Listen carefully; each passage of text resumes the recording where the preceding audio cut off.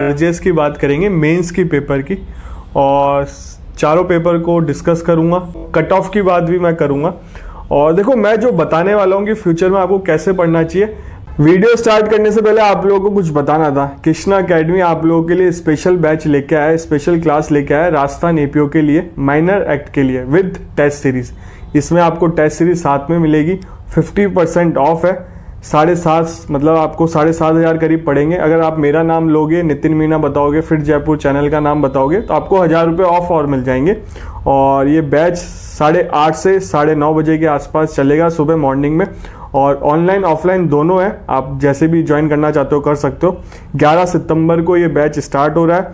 और phone number बता देता हूँ, जो भी बच्चा ज्वाइन करना चाहता है इनसे कांटेक्ट कर सकते हो आप। फ़ोन नंबर ये है 9116972045। साइड में लिखा हुआ है, लेफ्ट में फ़ोन नंबर, और लिंक डाल दूंगा डिस्क्रिप्शन बॉक्स में, और डिटेल में आपको मिल जाएगा। फ़ोन नंबर भी आपको डिस्क्रिप्शन बॉक्स में मिल जाएगा। जिन बच्चों को ज्वाइन करना है ज्वाइन कर सकता है, ऑफलाइन ऑनलाइन दोनों है। नमस्ते भाइयों, क्या हाल चाल है आप सबके, और आप सबको गुड मॉर्निंग। आज अपन आरजेएस की बात करेंगे, मेंस की पेपर की, और चारों पेपर को डिस्कस करूँगा। मैंने व्लॉग भी अपलोड किया है क्योंकि मैंने आरजेएस मेंस दिया था। और जिन बच्चों ने आरजेएस मेंस दिया है वो ज़्यादा अच्छी तरह एक्सप्लेन कर सकते हैं सिचुएशन को, कैसा पेपर था। और मैं आपको ये भी बताऊंगा कि आपको कैसे पढ़ना चाहिए फ्यूचर आरजेएस के लिए, जो 2025 में आने वाली है।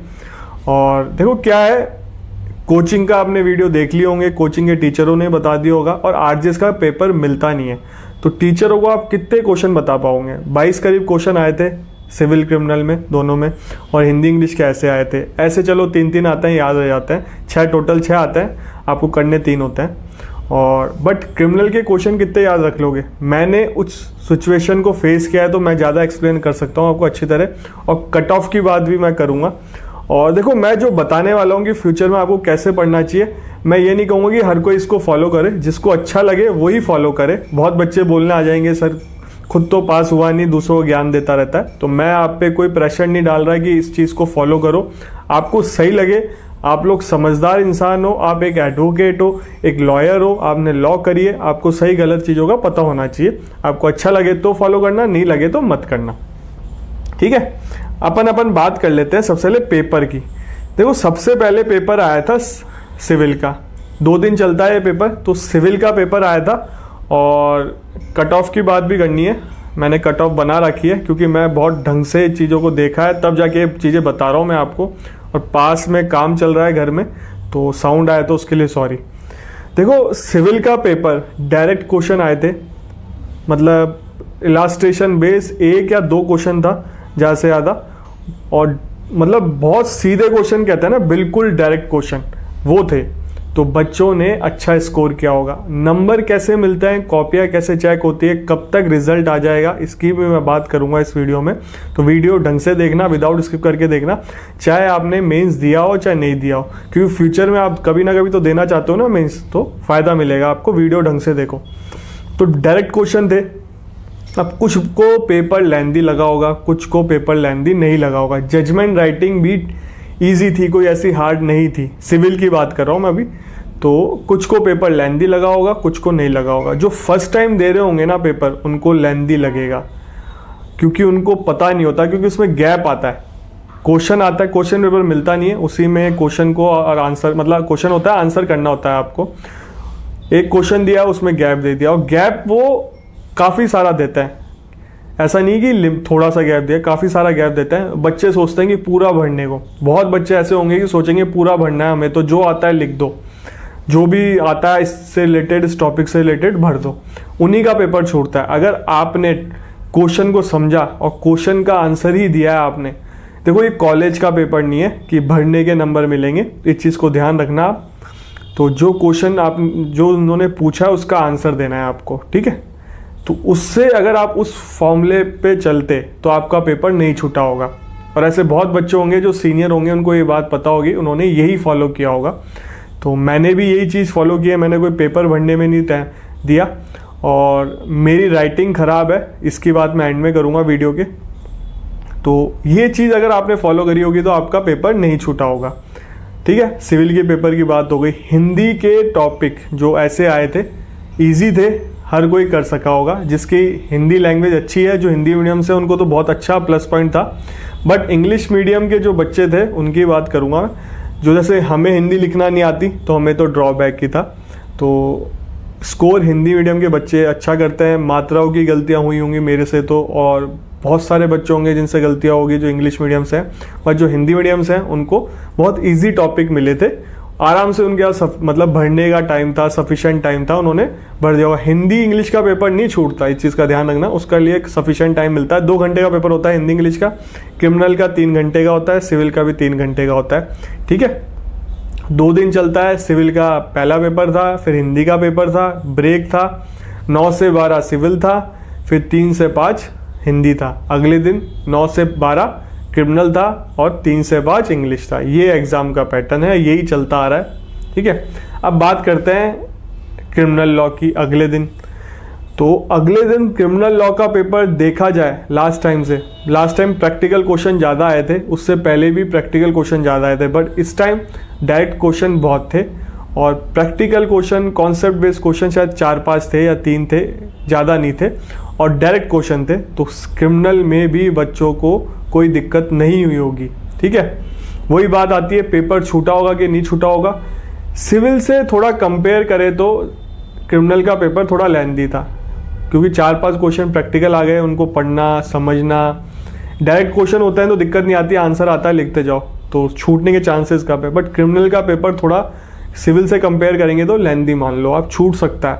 और जजमेंट राइटिंग भी थोड़ी ऐसी नहीं थी कि आप पढ़ना पड़ेगा, समझना पड़ेगा, सारी चीज़ करनी पड़ेगी। तो क्रिमिनल का पेपर थोड़ा सिविल से ठीक था, पर वो भी इजी में ही आएगा, ज़्यादा हार्ड नहीं बोलेंगे अपन उसको, ठीक ठाक था। इसमें भी बच्चे स्कोर करेंगे। स्कोर कैसे होता है सारी चीज़ बताऊंगा, भर के आ जाओ कॉपी, नंबर मिल जाते हैं क्या, ये भी चीज़ें डिस्कस करूंगा। तो ये बात है। अब बात आती है इंग्लिश ऐसे की। इंग्लिश ऐसे के हिंदी से कंपेयर करें, जो हिंदी का ऐसे आए थे उससे हार्ड थे, एज ए ईजी टॉपिक नहीं थे कि आपको मिले मटेरियल आप पढ़ के बैठे हो, ऐसा नहीं हो सकता। हिंदी में तो ऐसा होगा, बहुत बच्चों ने निबंध पहले से तैयार कर रखे होंगे, बट इंग्लिश में ऐसा नहीं था। तो इंग्लिश के ऐसे के टॉपिक थोड़े ठीक थे। और दोनों, एक में तो दोनों राजस्थान में से आया था, तो बहुत सारी चीज़ें होती हैं। राजस्थान के बाहर के स्टूडेंट होते हैं, उनको राजस्थान की हिस्ट्री नहीं पता होती, फेस्टिवल के बारे में नहीं पता होते, तो उनको दिक्कत हुई होगी। जो राजस्थान से उनको इतनी दिक्कत नहीं होगी, और हमारे जैसे होंगे तो हो गई होगी शायद दिक्कत। तो ये सारी चीज़ें। कट ऑफ की बात कर लेते हैं पहले, फिर बाद में बाकी बात करेंगे। देखो कट ऑफ क्या रह सकती है आरजीएस की 2024 की। जनरल की कट ऑफ रह सकती है 150 से 60 के बीच में, ये उम्मीद कर रहे हैं अपन, ठीक है। एसटी की कट ऑफ 110 से 120 हो रह सकती है। ओबीसी कट ऑफ 135 से 145 रह सकती है। एससी की कट ऑफ 120 से 130 रह सकती है। ईडब्ल्यूएस की 140 से 150 रह सकती है। इसके आसपास कट ऑफ रहेगी, 10-5 नंबर ऊपर नीचे हो सकते हैं। कट ऑफ हाई जाएगी, कम नहीं जाएगी। बट इस बार सीटें भी ज़्यादा थी, 222 करीब सीटें हैं। फिर चेक में टाइम लगेगा। इस बार 222 बच्चों के 15 गुना बच्चे लिए गए हैं, और एक्स्ट्रा बच्चे ही बुलाए गए होंगे, क्योंकि सेम नंबर रहते हैं लोगों के, तो कॉपी चेक करने में टाइम लगेगा। मान के चलो रिजल्ट आपका 1.5 से 3 महीने के बीच में आएगा। रिजल्ट जल्दी आएगा, यही आदेश मिले होंगे कि जल्दी से जल्द कॉपी चेक करो। कॉपी चेक डीजे कैडर के लोग करते हैं, और उनको बुला लिया जाता है। फ़ोन भी शायद ले लिया जाता है, फ़ोन भी अलाउ नहीं होता उनको, जितना मैंने सुना है। और उनको शायद एकेडमी या किसी एरिया में रखते हैं, और कॉपियाँ चेक होती रहती हैं। तो कॉपी चेक आपके होने में टाइम, ओएमआर शीट तो है नहीं, कंप्यूटर में डाला चेक हो जाएगी, तो इसमें समय लगेगा।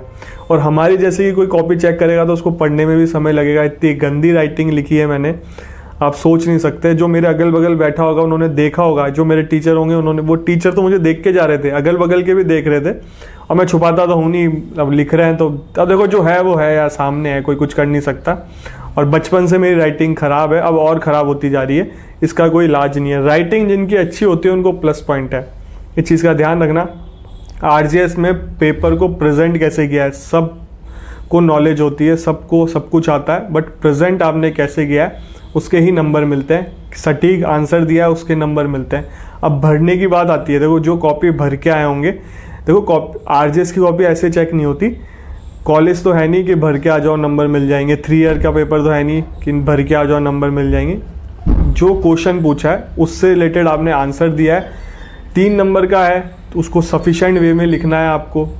4 नंबर का है उसको सफिशेंट वे में लिखना है, सफिशेंट मतलब सफिशेंट वर्ड में लिखना है। और 6 नंबर का था तो आपने अगर सटीक आंसर दिया होगा, देखो ज़्यादा भर दिया होगा ऐसा नहीं कि नंबर कट जाएंगे, आपके नंबर नहीं कटेंगे, बट आपका उसमें टाइम मैनेजमेंट में गड़बड़ हो गई ना, आपका पेपर छूट गया होगा। बहुत होंगे जिनका जजमेंट राइटिंग और छूटे होंगे, 20-20 नंबर के पेपर छूटे होंगे, 30-30 नंबर का पेपर छूटा होगा, बहुत ऐसे बच्चे होंगे। इसका ड्रॉबैक रहता है, इसलिए आंसर को उतना ही लिखो जितना जरूरत है, एक्स्ट्रा मत करो, क्योंकि जजमेंट राइटिंग में काफ़ी समय लगता है, ठीक है। और फिर एंड में फिर जब टाइम निकल रहा होता है ना, बहुत घबराहट भी होती है, फिर याद भी नहीं आती सारी चीज़ें। ये हिंदी लैंग्वेज के पेपर में नहीं होता, क्रिमिनल में ही होता है। तो इन चीज़ों का ध्यान रखना चाहिए। अब पढ़ना कैसे चाहिए?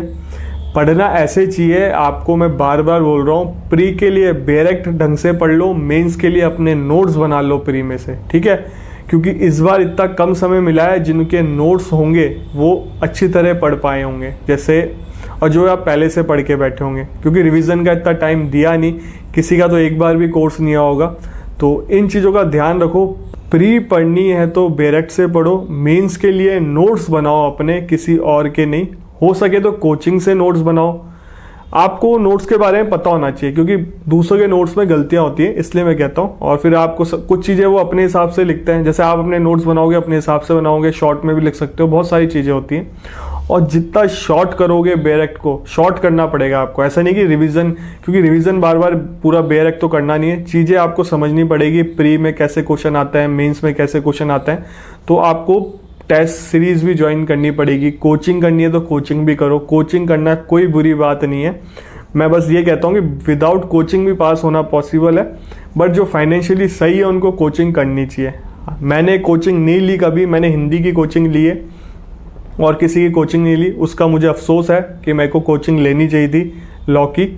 और अब मेरे से कोचिंग में बैठा बिल्कुल नहीं जाता, मेरे को मतलब बिल्कुल नहीं बैठा जाता। जितनी देर मैं कोचिंग में बैठूंगा उतना तो मैं घर में ही पढ़ता हूँ, इससे ज़्यादा मैं पढ़ता नहीं हूँ। 2 से 3 घंटे मैं पढ़ा हूँ। अब आपको सच लगे या झूठ लगे उसका मैं कुछ नहीं कर सकता, इतना ही मैं पढ़ा हूँ मेंस में, ज़्यादा मैंने पढ़ाई नहीं करी। और मुझे उम्मीद भी कम थी क्योंकि इतना कम समय मिला था।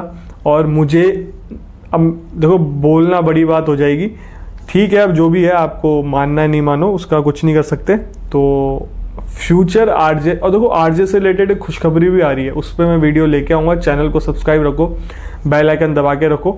आपसे मिलेंगे अब अगले वीडियो में।